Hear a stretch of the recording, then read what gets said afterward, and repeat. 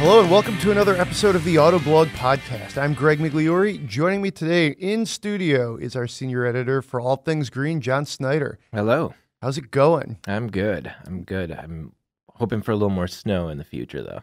You just got back from Wisconsin, where they generally have a lot of snow. It was just really cold. There wasn't a ton of snow. They had to make the snow for us, but That's interesting. Usually midway through December, the snow comes naturally, Yep. especially in Wisconsin. yeah, no such luck this time. But you were driving the 2019 Toyota Prius with the all-wheel drive system. So, hey, that's definitely green, and that figures in with the winter sort of tableau that you were trying to affect there in Wisconsin. Yeah, sure was. Yeah, I got to drive that. Some of the first people to drive it, and basically it's take a regular Prius, add one electric motor to the back, don't link it up to the front, and you've got Prius all-wheel drive. The back motor, is used as needed. It's always operating from 0 to 6 miles an hour, and then when it senses slippage up at the front wheels or conditions that it predicts it could lose traction, then it can kick in up to 43 miles per hour. Above that, it doesn't turn on at all, just to sort of save fuel economy. It relies on just like the regular stability functions above 43 miles per hour. Cool. I think this is maybe not overdue for the Prius, but I think this is a really good feature that's going to maybe get some new customers for Toyota's long-running hybrid. Yeah, for sure. Well, I mean, it's the most efficient all-wheel drive car you can get that doesn't have a plug. Compared to the front-drive Prius, it only suffers 2 mpg, which is pretty impressive. So yeah, it's sort of the best of both worlds. Prius customers, they want efficiency. That's top of mind. That's their number one thing. And then there are people, in the snow belt who think, I can't drive a car that doesn't have all-wheel drive, so they forego the Prius entirely. Now this just gives them both without sacrificing that efficiency. Cool. So for those of you listening at home, John just got back from this drive. We're recording this on a Thursday. Oddly enough, it's like 40 degrees and sunny here in Michigan.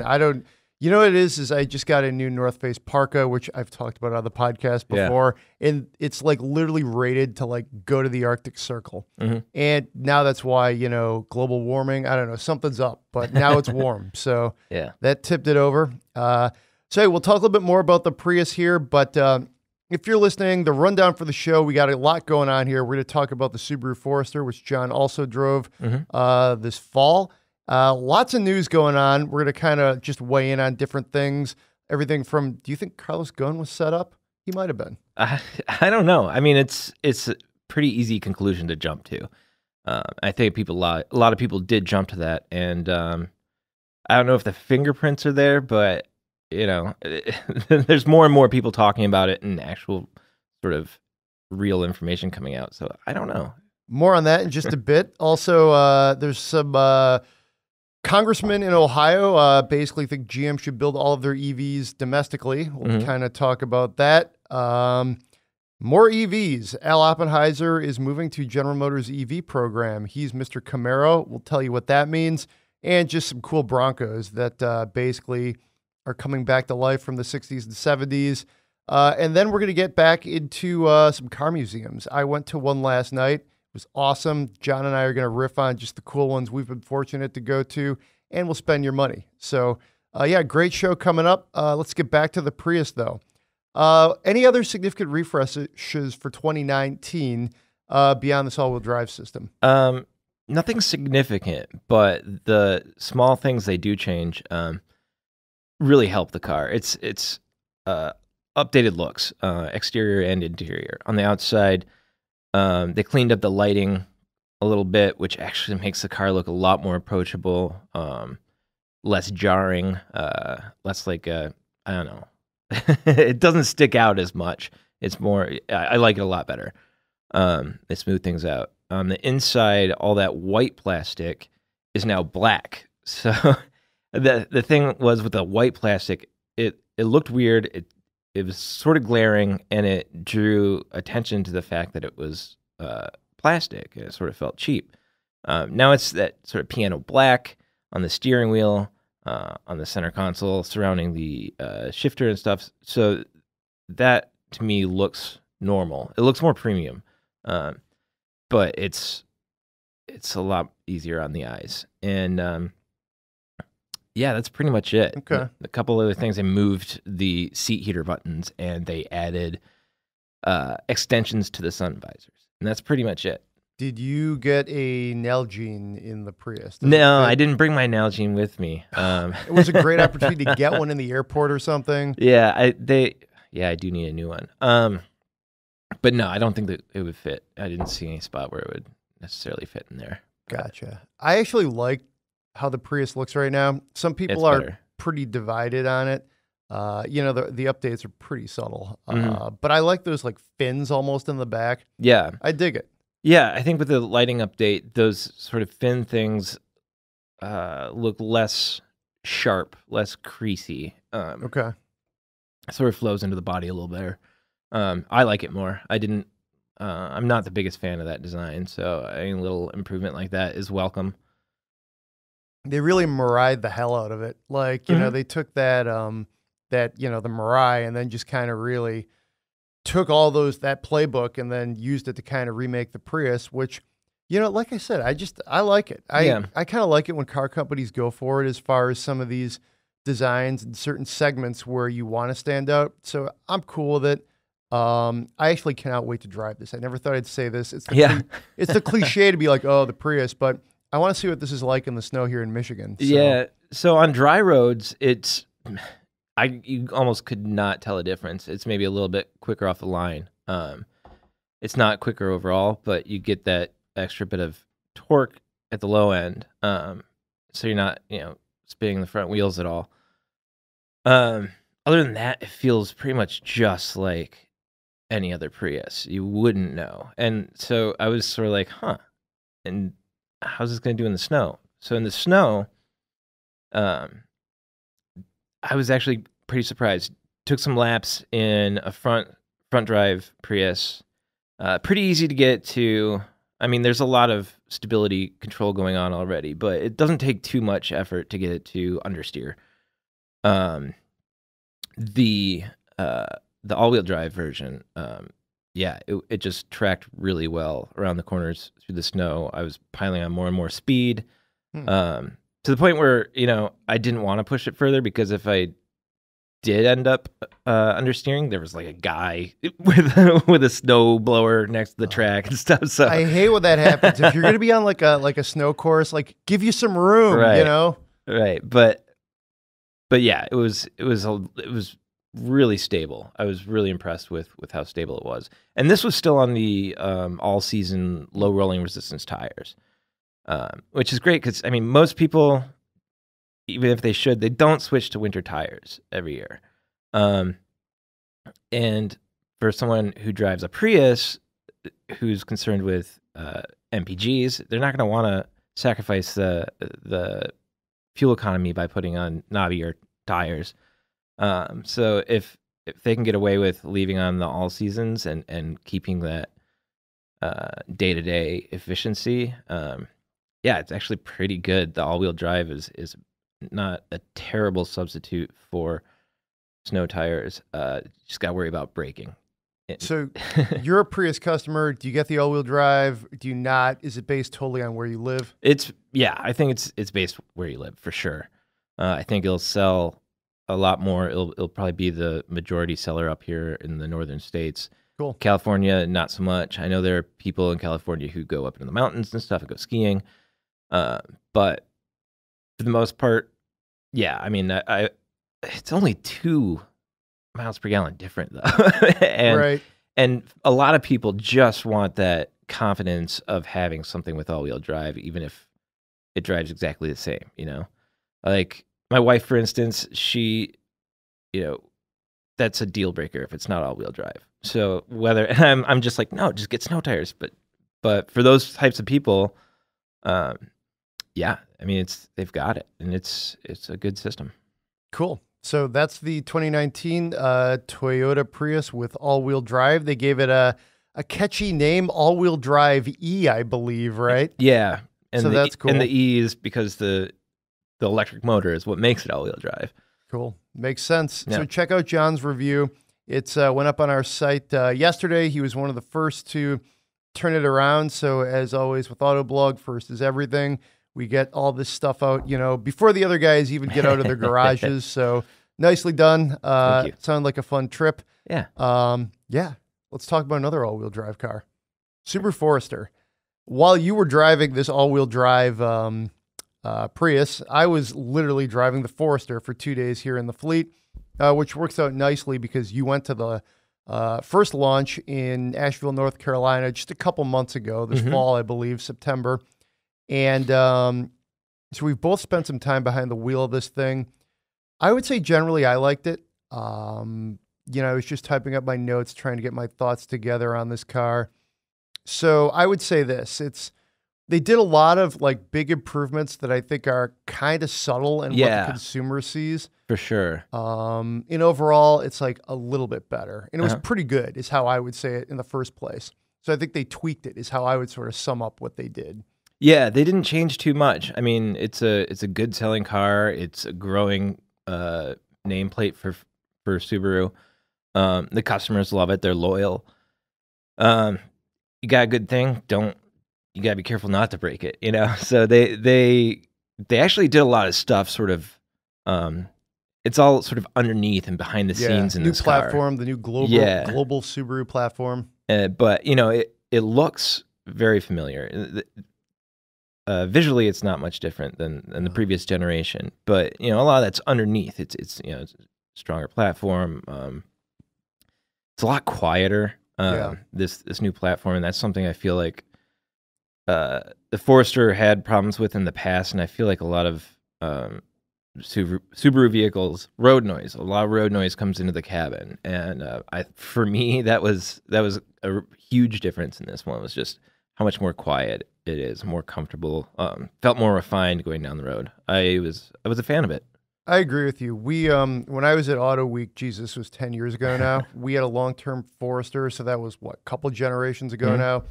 Still really nice. I enjoy that car a lot. I want to say it had the turbo engine, so it was, that was sweet. Yeah.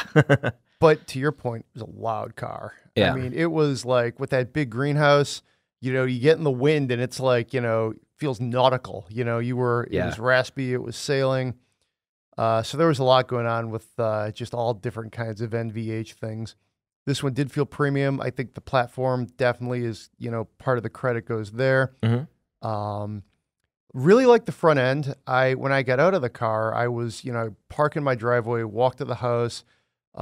Usually I go back and forth as I'm wont to do, like on any given night between the house and the car. And I kept looking at the front end thinking it's about the same, but it seems like they sharpened it just a little bit. Those LED lights are standard. They look so good. To me, that's like how the Impreza kind of looks now too. The hood is so like sharp. It all seems pretty like hunkered down. Yeah. Like if I looked at this in the lineup, I wouldn't actually say this is the Forester. And I think that's a good thing. I think it could be an Impreza. It could be something else. It looks almost like sporty if you just sort of looked at it like in that horizontal like frame. So it's a good looking vehicle up front. Yeah, I think Subaru has done a good job of taking some of their stronger signature visual elements and working it across the lineup. I mean, you see some of this in the Ascent too. There's this sort of familiar Subaru look that they're sort of developing. Before it was, every car was sort of different and weird, and especially like the WRX had some really strong changes that were interesting. But yeah, they're sort of figuring out their own look and just honing in on it. And I think their cars just keep looking better and better. Overall, I really liked it. Liked how it looks. Liked how it drives. Two things I didn't like. I think the back end looks kind of like a knockoff of the Honda CR-V, which, whatever. It's kind of tough to do a compact crossover well like that. And you're talking about the back end of it. So this is literally probably the last thing anybody would buy this car for. But I didn't love that. I just thought it I don't know, it looked a little derivative. It looked, I I don't know. I just compared to some of the outgoing model, which the sort of the fender flares, the wheel wells were a little more pronounced. I kind of like that more. This is sort of, I don't know. That part of it, just I don't think they stuck the landing on that part, but that's kind of quibbling, because nobody's going to buy this vehicle for that reason. And I wonder how much of that is an issue of form following function. I know they wanted to make that rear opening as big as possible, so they were probably designing around that, and could potentially have been limited by that. Because that rear opening is massive. You can fit some big stuff in there. Tis. I opened it up when I pulled into the lot here. I thought, man, I wish I had to haul something. Yeah. There's so much. Big screen TV, no problem. Yeah, absolutely. And the other thing I didn't like, interior, this one, I think it's done up in mostly black pieces. There was a little bit of, there's some leather, there's some stitching. There was some sort of I want to say fake, maybe carbon thing going on above the glove box. Yeah. So it looked okay. It looked pretty good, but I also thought it was a little overdone. A lot of shapes. Some of the materials kind of felt like crap. Yeah, I mean, part of me thinks Subaru just is not quite there yet with its interiors. It depends, yeah. And for the Forester, I feel like it depends on the trim level too. I drove the Sport, and the interior of that, there's just a huge clash between materials and textures and colors. There's just too much going on, especially if you look at the door panel, the inside of the door. You just see so much different stuff just clashing together in that one little area, and that sort of gives you a sense, maybe they could dial it back or streamline their interior designing a little bit, use fewer textures and colors, and make it feel a little more congruent, I guess. I think I was looking at some of the pictures from the first launch where you were, and I actually think and this is really getting granular, but the brown and some of the grays do a much better job. I love the brown. I mean, I think what you want in a Subaru, Yeah, it feels like a hunting lodge when you sit with that brown interior. Nice. I think that really would help this car a little bit. It's all about the color. Yeah. But it wouldn't, dissuade me from recommending or buying it. It's no. just the kind of thing you say, hey, if you're a Subaru person, the cabin is sort of where you do make some compromises. I think right now you would break the OEMs, the automakers, down into different categories. There's ones that are just hitting it out of the park with interiors regardless of price point.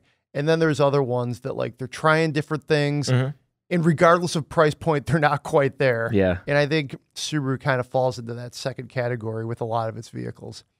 So, but this one came in at, let's see, I got the sticker here, $33,465, which I think felt like a really good value. The Boxer 4 it's just strong enough. Yeah. It's just what you need. And it gets good fuel economy too. It gets, 33 mpg highway, which is decent. So I think, it kind of stinks that you can't get the turbo just because that was so much fun. Oh, it was a great engine in that car.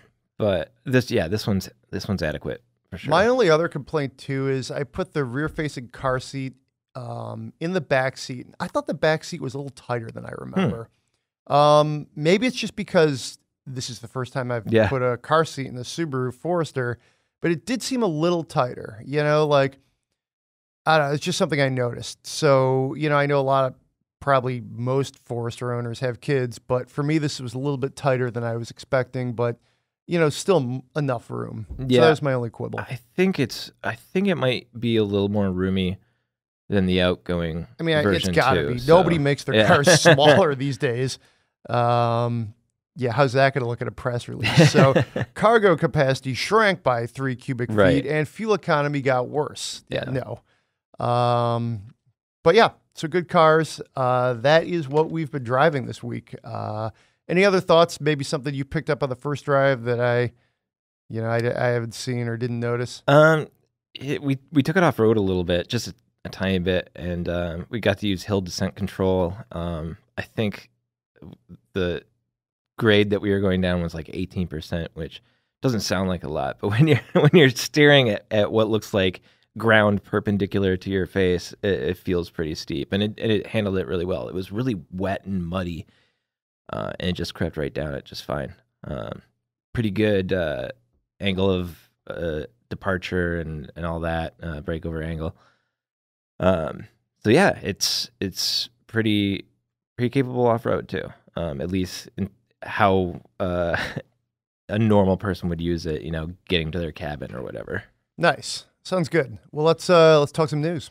All right, it's been a busy week here at Autoblog in the car world. Obviously, go to our site. We cover everything obsessively. Lots going on, but we sort of cherry picked a few things for the podcast this week. Not necessarily the biggest news, but things we thought that were kind of weird, kind of interesting. The Associated Press ran a story this morning, basically kind of talking to a lot of different experts saying, hey, do you think Carlos Ghosn was set up? Like, it all seems pretty convenient that, he's thrown in jail. Mm-hmm. Yeah, he's thrown in jail. And then basically immediately Nissan's like, already got a new interim CEO. They're already like talking about kind of like saying, well, just how much of this partnership alliance do we want to be a part of anymore? Yeah. It like a lot of dominoes are falling all at once, and it all seems to be on the Nissan side, which here's like all the circumstantial evidence. Renault, the other alliance partner, controls Nissan, essentially. They own over 40% of the company. Nissan has essentially what you would call a nominal stake in the French car makers. So Nissan basically appears to be making all the money. They're much larger. They have obviously a North American footprint. Renault is still a little more of a European car company. They definitely don't have, I'd say, the global scale that, Nissan does. Right. So I think conspiracy theorists are saying, hey, is this Nissan's chance to kind of get out from underneath this? Yeah, I mean, it certainly has that look, doesn't it? Yeah, it's hard to see where this will go, but there's a lot of intrigue here. It's an intriguing story, and every little piece of news that comes out makes it more intriguing. But yeah, that's just sort of the rumbling and the rumor that's been going around is that this was deliberately done by Nissan to sort of stake their own claim, draw their line, and sort of back away from Renault a little bit. The fact that Nissan is, keeps trying to talk to Renault about the things that their findings, and that Renault is like, seems sort of like don't want to hear it right now, wait for the proper setting. I don't know. It's a really interesting situation. It does smell a little bit like a coup, but who knows? I'm I'm going to be interested to see what comes out next. My guess, I don't know. I wouldn't entirely rule out that it's a coup, if you will. My guess is like a lot of things are all sort of happening at once, and then there's a lot of people are like using this opportunity. It really how I think what's happening here. It really is a perfect opportunity to frame it in that light, whether or not it's true. I like to not get super granular about the charges. Essentially he's got a bunch of things about him, involving his finances, involving the company's finances. So you could read all about that on our site. It's, rather than us trying to break that down now, but just for the purposes of brevity, they arrested him for financial misdealings, as they've said. And, immediately he's out as the Nissan boss. Renault actually, interestingly, has like an interim temporary dude, but they haven't actually kicked him out. Right. So, and, for even more of the backstory here, Nissan was bankrupt, basically. Renault swooped in, saved them, and then sort of formed this alliance. Mm-hmm. So it's, really kind of worked out pretty well for, the French car company because, hey, we've saved, quote unquote, this, other automaker, and now we're reaping all the benefits of this 18 years or so later. And it seems like, I think basically this is a pretty good deal for Renault and France because the French state actually controls a huge chunk of Renault stock. So, I mean, conspiracy theories the other way, whenever there's layoffs, you think they're coming in France, they generally don't. So I think, the Japanese side of this is they're sort of feeling like, hey, you've made a lot of money off of us. We've paid back our debt for you guys saving us from bankruptcy.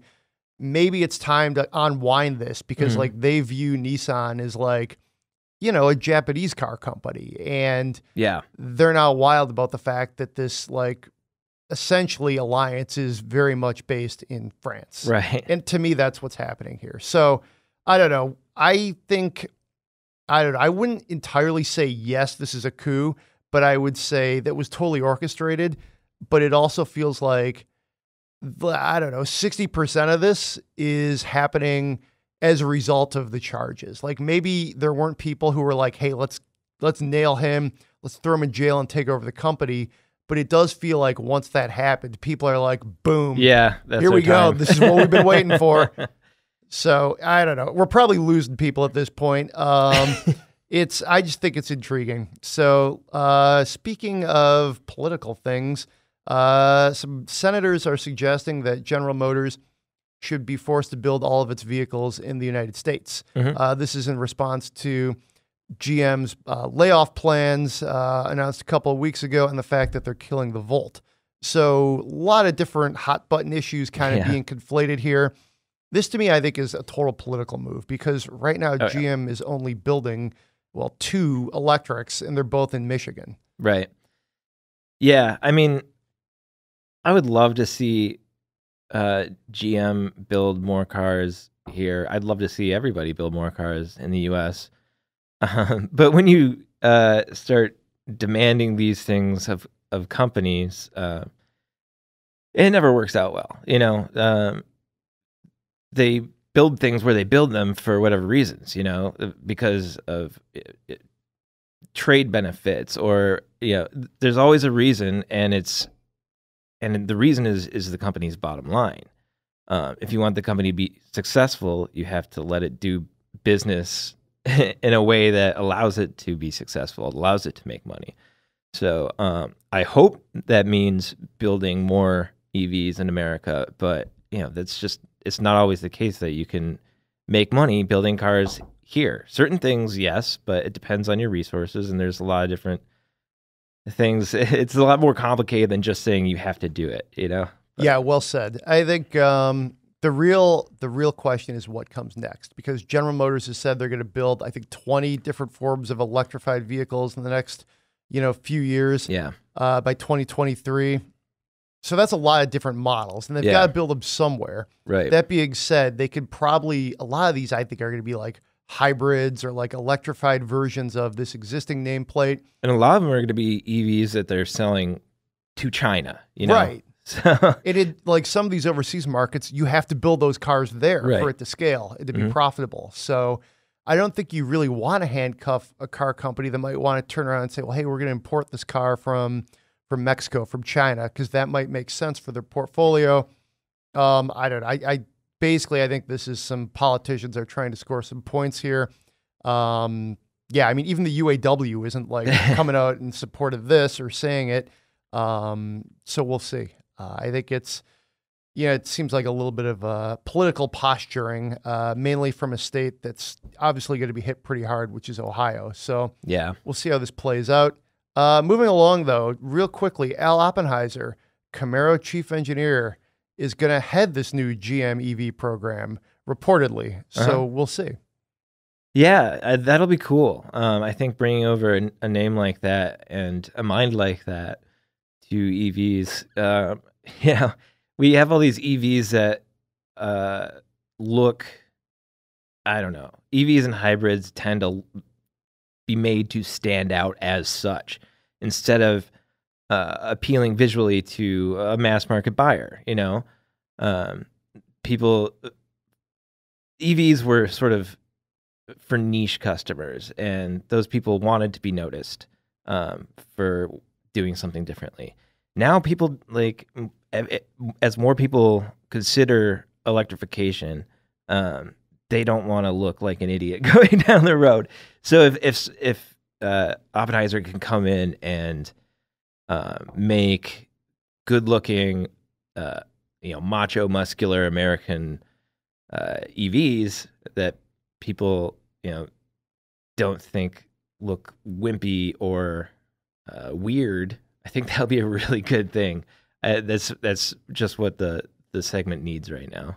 He's a cool dude. He's a tough guy. He looks like a tough guy. Yeah. Like I would love to see him walk into like, a green car conference or something, and like he looks exactly like you expect the Camaro chief engineer to look like, or, the Silverado chief engineer. Great guy to interview, great dude. So, I'm excited to see what like his take is going to be on this, GM's EV program. Yeah, I want the Camaro of EVs. Yeah, me too. I mean, they should, because Ford's already said they're going to do some sort of Mach 1. Right. So it seems like it almost seems like an answer to that. Yeah. That's intriguing. Yeah.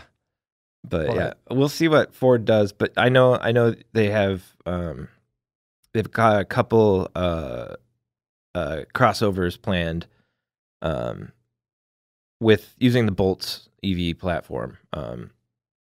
So we'll see what happens. I've seen there was sort of a rendering in a slide in a presentation that Mary Barra gave, and it was just we have an EV coming, and then it showed a picture of sort of it looked like it could have been a Chevy or a Buick, but yeah, it looked good. It looked like you took an Equinox and took out some of the grill elements and made it a little more streamlined. It was good looking, but I'd like to see these cars look good and perform. They're gonna have to make them. If people are getting out of American cars, getting rid of Ford's getting rid of its sedans and stuff. People are going into SUVs, and if you want people to buy American SUVs, they're gonna have to look and act American. Yeah, that sounds good. I interviewed Mark Royce a couple years ago at the New York show, and I think it was a reporter from Ward's asked him, well, what do you mean by American? And he's like, it doesn't need to be syrupy retro like 57 Chevy. He's like, just basically what he summed it up as being is like, be awesome, like that's how you're going to win, Don't say, oh, well, it's American and you should buy it because X, Y, Z. He's like, beat everybody else and people are going to want to buy your cars. And it was, I thought, a really bold statement. And I think that really applies to EVs. That's, that'll work. So speaking of all American, talk some Bronco. Yeah. You could buy a new 66 to 77 Ford Bronco from our friends at Gateway Broncos. Really nicely reported story by one of our new assistant editors, Zach Palmer. Did a good job here with this last week. He found this. He's like, hey, this is cool. Should I write this? And I was like, yeah, man, Bronco. So you got a little bit of the inside story here too. These aren't just like, there's a bit of a choose your own adventure here. You can basically have them build you a 66 Bronco if you want, or you can have them sort of like salvage different like parts of the old ones and then build it that way. So a little bit of a choose your own adventure. Like I said, I think it's cool. 3 different models, the Fuelie, the Coyote, and the modern day Warrior. They ain't cheap, $120,000 to $180,000. So there's a lot going on here. People could kind of look at this as a bit of like a Singer thing, but it's not totally like that. Mm-hmm. I just think these are cool. I have really been like just liking 70s, 80s, 90s SUVs lately. Yeah. And this is like on my Christmas list, I think. Yeah. This is something that I'd like to have around for the winter. But yeah, just these old Broncos are so cool. And it sort of reminds me of like that FJ that we had from the FJ company, that sort of thing, like taking these cars and these old cars and building them pretty true to their original style. And it costs a lot because I mean that's a rarity. That's something you can't really get. I mean, where are you going to get something like this? So yeah, I'm looking. I really want to see how these feel with a brand new 5-liter V8 in it too. I think the engine part, we know that's going to be probably pretty good. The question then becomes like, well, how's the handling going to Right. be? You know, what's the steering going to be like? Because that FJ was, you know, you could handle it, but it was a bit to handle. You know, we had it, I think it was about this time last year, and I thought steering it was a little challenging. Oh, you it know? was. It felt like driving a bus. You know, the steering wheel was sort of in your lap, and Right. you're Super thin, yeah, no feedback whatsoever. right, and you're just sort of wrestling with it all over the road. But yeah, I mean that's to be expected. But gosh, it's fun. It's fun driving cars like this. Cool. So hopefully we'll get one of those in the office Yeah. sometime soon. Here's something that you'll find cool though. 5-year bumper-to-bumper warranty, and these are licensed by Ford. So that's what's kind of different about this, as opposed with just other random Bronco, Resto, recreation places. So check out the full story. Went up last Friday, but you guys still love it. It's still like in our like top 10 as far as like traffic. People are really, really liking the Bronco, as they always do. So yeah, so that's the news. Let's kind of segue. We've got a couple more segments here. One, we're going to talk about car museums, and then we'll spend your money here and get you out of here. But car museums, pretty cool place to spend some time, right? Yeah, you were just at one. Just last night, I was at the FCA holiday party. So normally they do this. Well, they do it all different sorts of places, but this year they did it at the old Viper plant, Connor cool. Avenue. Yeah. And it was very cool. It's, have you ever been there? I have not. No, I've driven by it, but Okay. Yeah. So it's on the northeast side of Detroit proper, just south of 8 Mile. It's very well hidden because it's like, you wouldn't think there's all these amazing cars like in there.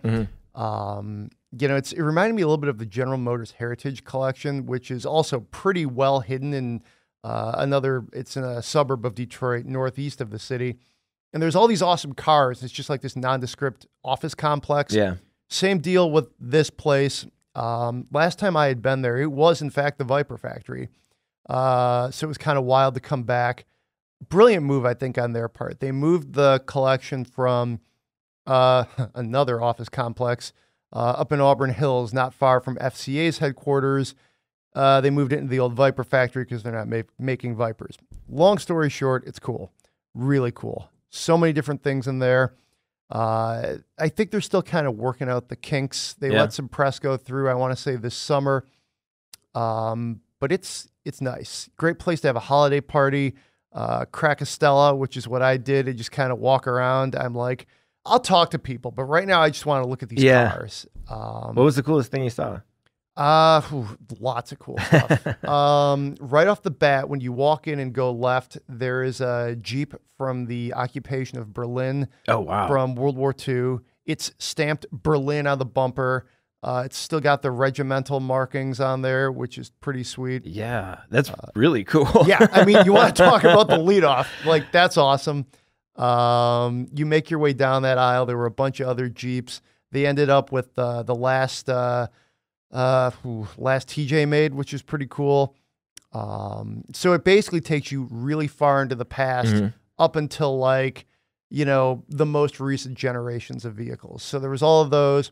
Lots of cool things like Chryslers from the 30s, 40s, 50s. You know, you tend to think of who had the best style back then. And everybody's like Bill Mitchell, Harley Earl, Chevy, General Motors, Cadillac, some of the Ford stuff. But you forget just how good some of those Chryslers looked. Yeah. Really good looking cars. So there were those, some awesome Rams from all sorts of throughout history. There was the Little Red Sled, which was pretty cool. Let's see what else. Yeah. I mean, just the whole Ram history was there. Power wagons. Also Nice. that Charger concept, that sort of relaunched the idea of a Charger from early 2000s. That was pretty sweet. An actual Charger, like a 68, 69, somewhere in there. One of the 70s Chargers when it got kind of different before it got weird and some would say bad. I mean, just everything you could think of. There's a Pininfarina Fiat in there. Oh, wow. I think they're kind of trying to figure out how to work in the Fiat connection without being too overt. It's definitely like the Chrysler Museum. Let's put it that way. The Fiat side of this alliance, welcome to the Motor City. You're not here basically. So that was pretty cool. But I really enjoyed it. And it's just, I don't think it's actually open to the public. It's like a lot of these things, like if you know the right people, you could get in. It's not necessarily closed, but it's like more of a group outings kind of thing. Okay. So that was pretty cool. And lots of Vipers too. Sweet. So car museums are great. The Americans, I think, have an interesting approach to it. Like GM has that Heritage Center, which isn't exactly open to the public. And this was, I'd say, a similar setup, almost like it's very American, like, this warehouse with all of our hot cars.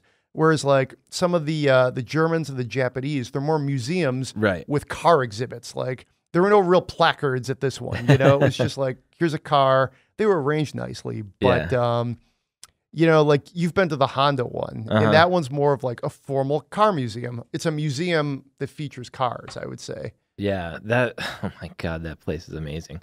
Yeah, the Honda Collection Hall at Twin Ring Motegi is just such a cool place. You walk in and, you're in this lobby and there's old Honda motorbikes, old Roadster and a race car. And then there was a temporary installation when we were there about the life of Soichiro Honda, which was really cool. How he got a start, adding motors to bicycles, and then creating motorbikes, and then eventually getting into cars and racing. But just going around there's hundreds of beautiful motorcycles, just tons of them. So that's really cool. Like tons of Super Cubs, tons of sport bikes, and all sorts of racing bikes, and some really historical stuff. But then they've got their old cars. Like the first car they built was like a K-class truck, and then the old Civics, and then they have some of their Formula One cars. And I remember coming around a corner and seeing the Marlboro livery, and getting closer and seeing Ayrton Senna's name on the side of the car, and just completely getting goosebumps. That was a really cool place. But yeah, very sort of partitioned off. You go from one era to another, and like the bikes are separate from the cars, and then like there's like that special where they had the Soichiro Honda thing that changes out, and that's like really museum-y. but yeah, somehow they packed a ton of cars in there too, so that was really quite an experience. I went there a few years back around, it was, I think, a Honda trip around the Tokyo Motor Show. Amazing place. The Germans are great too. They do it probably better than everybody, because theirs are generally really open to the public. They're just like big museums in their sort of capital cities of the OEMs, which is cool. You went to the Mercedes one, which was great. In Stuttgart. That one, Honda's probably my favorite. Stuttgart's probably my second favorite. This really cool building, concrete, temperature controlled. You walk in, you take the elevator up to the top, and you sort of spiral your way down this cylindrical building, going through history, from the cars Carl Benz built in the late 1800s that were basically just a wagon with a little motor attached to it, and then how all those companies sort of came together and went apart, and seeing all the silver arrows on the wall. They had them like almost like a curved oval racetrack. They had them placed on the wall like that, and that was really cool. Hearing the history of the company during the war, but really it's just and there was a lot of cool cars, like a car that belonged to Madonna or somebody, and like cars that belong to like all these famous people, and these really there was a Princess Diana car. There was really neat stuff, custom cars, but yeah, just overall that museum is really, it's a beautiful beautiful building and just beautiful exhibits, lots and lots, like amazing amount of automotive history packed into one small space. And that really is just, I think, the essence of some of these great car museums. I went to the BMW one a few years back. Awesome. Starts off like basically World War I, where they were an engine maker. That's where you get that sort of propeller, crest for them. That was awesome. And then when they took us down into the, I want to say like the restoration shop, that was just awesome. Yeah. You've just got like hulks and chassis and so cool. So, I mean, yeah, let's just sum this up by saying if you ever get a chance to go to like an automaker's sort of private collection, do it. Yeah. It's awesome. And I would say, there's so many different approaches, like where they're public and they're museums or they're, these like internal collections. Yeah. Either way, they're all good, but definitely, if you're listening to this podcast, you probably are a car person. So I would say just do it. Like, not that you need urging to do this sort of thing, but it's pretty cool. Yeah. And let us know what your favorites are and what we should go and what we can cover these things. And we took a couple of our video guys to the collection hall in Motegi, and that video was really cool. So it's cool to be able to go and sort of bring these things to our readers who maybe don't get the chance to go to some of these places. So, and there's a ton that I haven't been to that I've been meaning to go to. So let us know your favorites, and let's talk about car museums. Sounds good. Yeah, sounds great. So how about we spend some money? Let's do that. Hello, Greg. Greetings from Canada. I have a 2014 Audi S4, both the nicest and the newest vehicle I've ever owned, and I've loved the car. It's quick. It makes great supercharger wine with the modifications I've done, and it looks good. Sounds good. Good little mini car review, too, though. Yeah. So in truth, though, I'm a bit bored. It doesn't really excite me, and now I'm looking at more engaging and faster alternatives. Whew, S4 is not engaging and fast enough for you? I take my car on regular long road trips, 8 to 12 hours, and I enjoy spirited driving. This car would also likely be used in occasional autocross. Okay, sounds good. Budget's $60K to the low 70s in Canadian dollars, and here's the short list. Audi RS3, BMW M2 with a manual, Camaro 2SS 1LE, and he'd like to go pre-facelift, which I think, Al, that kind of tells you something there, Mr. Oppenheiser. People didn't love the facelift. Mustang GT Performance Pack 2 and the base GT 350. So that's quite the field.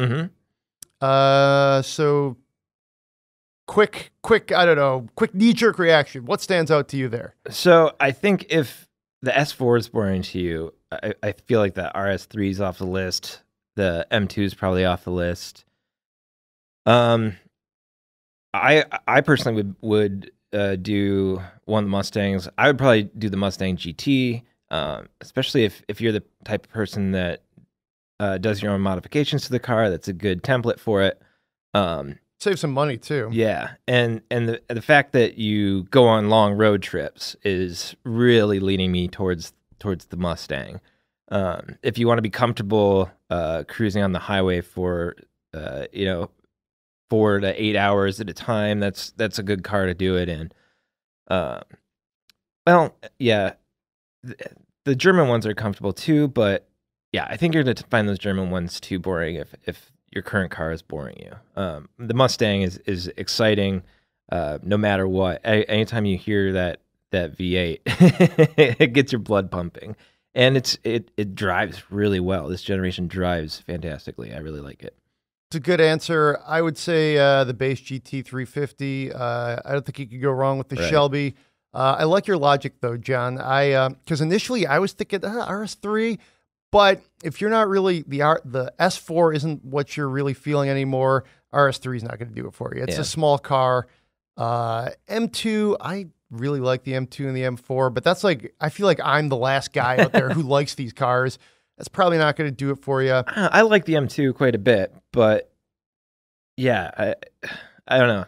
I think for what he's looking for, especially something that sort of does it all, like long trips and spirited driving, yeah, I think the Mustang's better. I kind of wonder, like, just how, like, the occasional autocross, because the 1LE Camaro could be intriguing, but, I mean, also the Camaro, yeah, I don't know. one elite Camaro that's a pretty aggressive car to be like it is. driving like the rest of your life. You know, long road trips, you're going to get beat up. Take the Advil, you know. So my answer is just base GT350. And you said, John? I said Mustang GT with the performance pack too. I could see a case for the GT350 if you want something that's turnkey that you're not gonna have to do a lot. But if you want to save some money and do some of your own modifications, I think that GT is the way to go.